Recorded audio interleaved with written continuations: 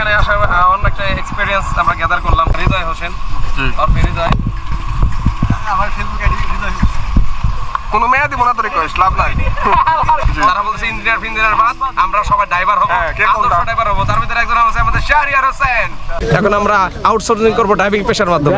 মোটামুটি ভালোই হাত ক্লিয়ার সবাই যে পারে না সেও মনে করেন হাইওয়েতে চালায়, আর আমি তো মনে করেন আর যারা পারে তাদের তো কথাই নাই, তারা পানির উপর দিয়ে চালাইতেছে। মনে করেন চলতেছে, কোনো বেলচা মারার চিন্তা নাই, কোনো কিছুই নেই। দেখেন শরম এসে লাল হয়ে গেছে। ড্রাইভিং লাইসেন্সটা করে নিতেছি, সরকারের ঘাড়ের উপরে পাড়া দিয়ে ড্রাইভিং লাইসেন্স করে নিব। 19,000 টাকা বাট সব পেশাবাদ। এখন আবার আমরা চলে এসেছি নতুন ড্রাইভারের কাছে। ভাই ড্রাইভিং এ কেন সবাই? আমাদের পুরুষ মানুষদের সংসার পরিচালনা করতে হয়, অতএব গাড়ি পরিচালনা আমাদের ব্যাপার না। আর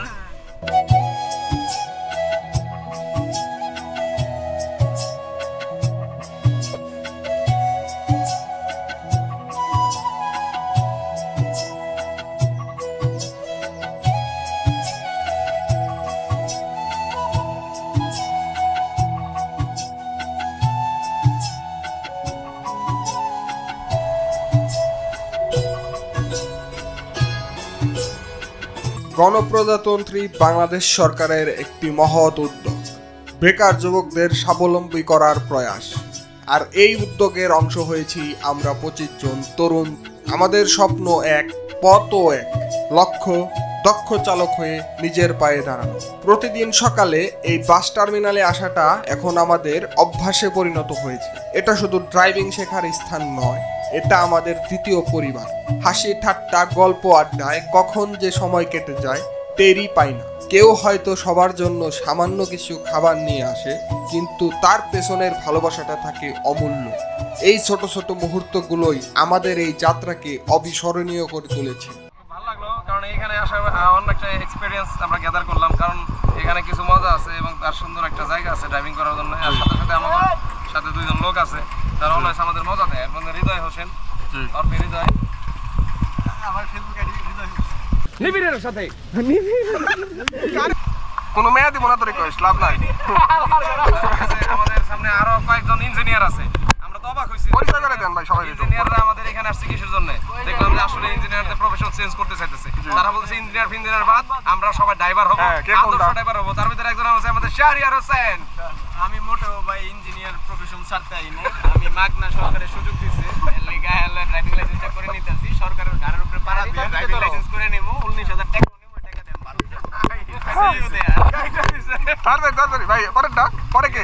এখন আমাদের সামনে আছে আমাদের রাউত ডাক্তার। তিনি ডাক্তারি বাদ দিয়ে পেশায় আসছে ভাই। ভাই ড্রাইভিং এ কেন সবাই? আমাদের পুরুষ মানুষদের সংসার পরিচালনা করতে হয়, অতএব গাড়ি পরিচালনা আমাদের ব্যাপার না। আর পরিচালনা করাটা আমাদের দরকার। আপনি কি গাড়ি চালাইছেন? মানে কোনো কিছু গাড়ির উপর উঠছিলেন? কোনো গাড়ি মোটরসাইকেল তো যে কোনো গাড়ির উপরে কি আপনি গাড়িতে উঠে যাই ভাই?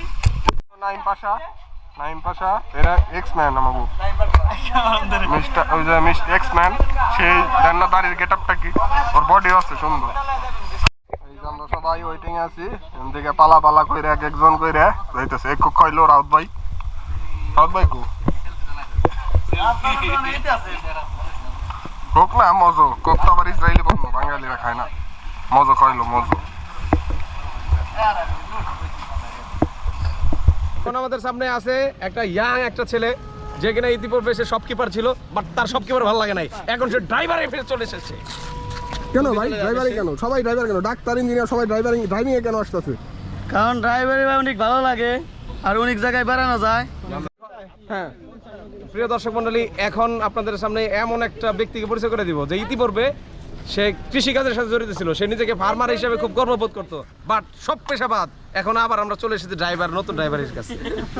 ভাই কেন ড্রাইভিং এ কেন বারবার সবাই? ড্রাইভিং এ এটা ধরলেন, সামনে ধরলেন ভালো কিছু করার ইচ্ছা আছে অবশ্যই। ধরলেন যদি কই বিদেশগামী হই, আপনি যদি কই ইউরোপে বা সৌদি মদি ধরলেন জহাতে যাই, আমার এই জায়গায় একটা সার্টিফিকেট পেলে আমার অবশ্যই ভালো হবে। এনে কি ফ্রি শিখাইতেছে না কেন নাকি? জি, এই জায়গায় কই ফ্রি শিখাইতেছে। কত লোক শিখতে পারতেছেন? 4 মাস কই ট্রেনিং। কত শিখতে পারছেন? কই আপনার হইছে কই আসল কথা কই না হলে কিন্তু আপনি আপাতত কই 3 মাসে ধরলেন কই 40% 50% ধরলেন শিখা হইছে। আর 1-1.5 মাস আছে, তাতে ধরলেন আর 20-30। রাস্তায় উঠেন, রাস্তায় চালাই পারেন?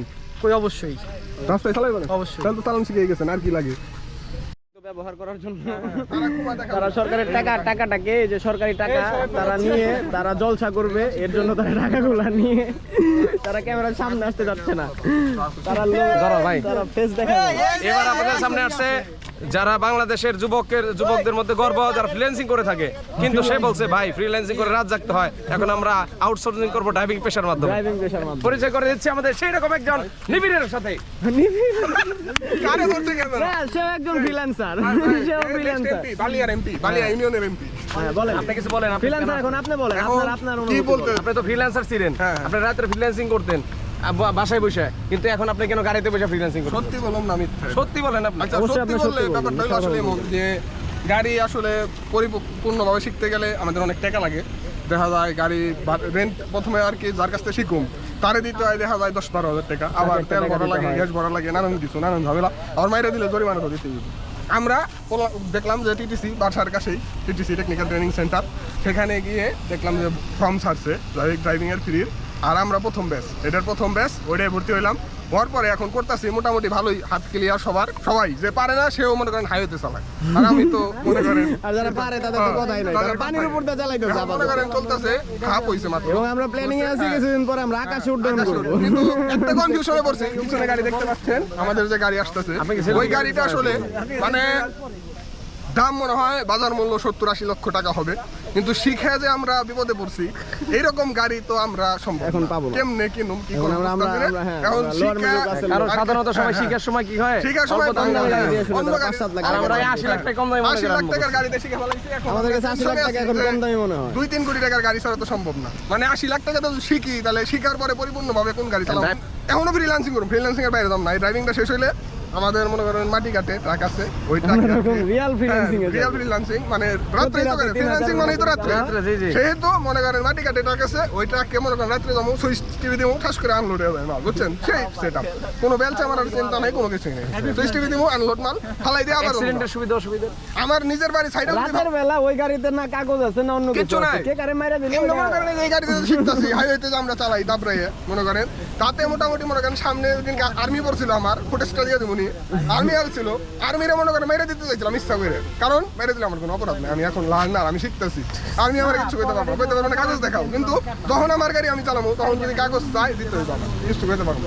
ওই দেখেন গাড়ির পিছনে এল লেখা সিগনেচার আছে লার্নার, মানে এই গাড়ি নিয়ে আমি যারে যাই করি কিছু হবে না, আর এই গাড়ি যদি 10 টাকা ফলাই এটা ড্রাইভার দেবো সরকার, আমার কিছু সিনিয়র জুনিয়র সবাই মিলেমিশে একাকার। আমাদের এই 25 জনের মধ্যে গড়ে উঠেছে এক অটুট বন্ধন। কে সিনিয়র কে জুনিয়র সেই ভেদাভেদ আমাদের মধ্যে নেই।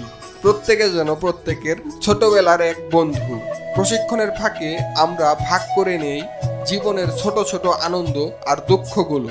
কেউ হয়তো বাড়ি থেকে খাবার নিয়ে আসে সবার জন্য, আবার কেউ বা নিজের চায়ের কাপটা বাড়িয়ে দেয় বন্ধুর দিকে। এই ছোট মুহূর্তগুলোই আমাদের সম্পর্ককে আরো মজবুত করে তুলেছে। আমাদের শ্রদ্ধেয় স্যার, তিনি শুধু একজন প্রশিক্ষক নন, তিনি আমাদের অভিভাবক, আমাদের বন্ধু। তার স্নেহ আর শাসনে আমরা প্রতিনিয়ত শিখছি। তার শেখানোর ধরনটা এতটাই আন্তরিক যে কঠিন বিষয়গুলো সহজ হয়ে যায়। প্রশিক্ষণের এই পথটা মোটেও মসৃণ ছিল না। প্রথম ভয় ছিল, দ্বিধা ছিল, কিন্তু আমরা একে অপরের হাত ছাড়িনি। একজনের ভুলে অন্যজন এগিয়ে এসেছি, সাহস দিয়েছি, ভরসা দিয়েছি, আর এভাবেই আমরা জয় করেছি সব বাধা।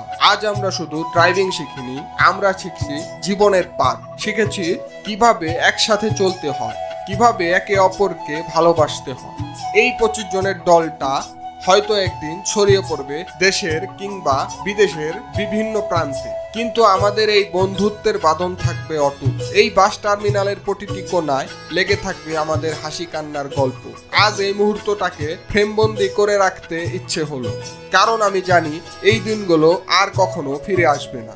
প্রশিক্ষণ শেষে আমরা হয়তো ছড়িয়ে পড়ব দেশের বিভিন্ন প্রান্তে, ব্যস্ত হয়ে পড়ব নিজেদের জীবনে, কিন্তু এই বাস টার্মিনালে প্রতিটি ধূলিকণায় মিশে থাকবে আমাদের 25 জনের বন্ধুত্বের গল্প, আমাদের হাসি কান্নার স্মৃতি।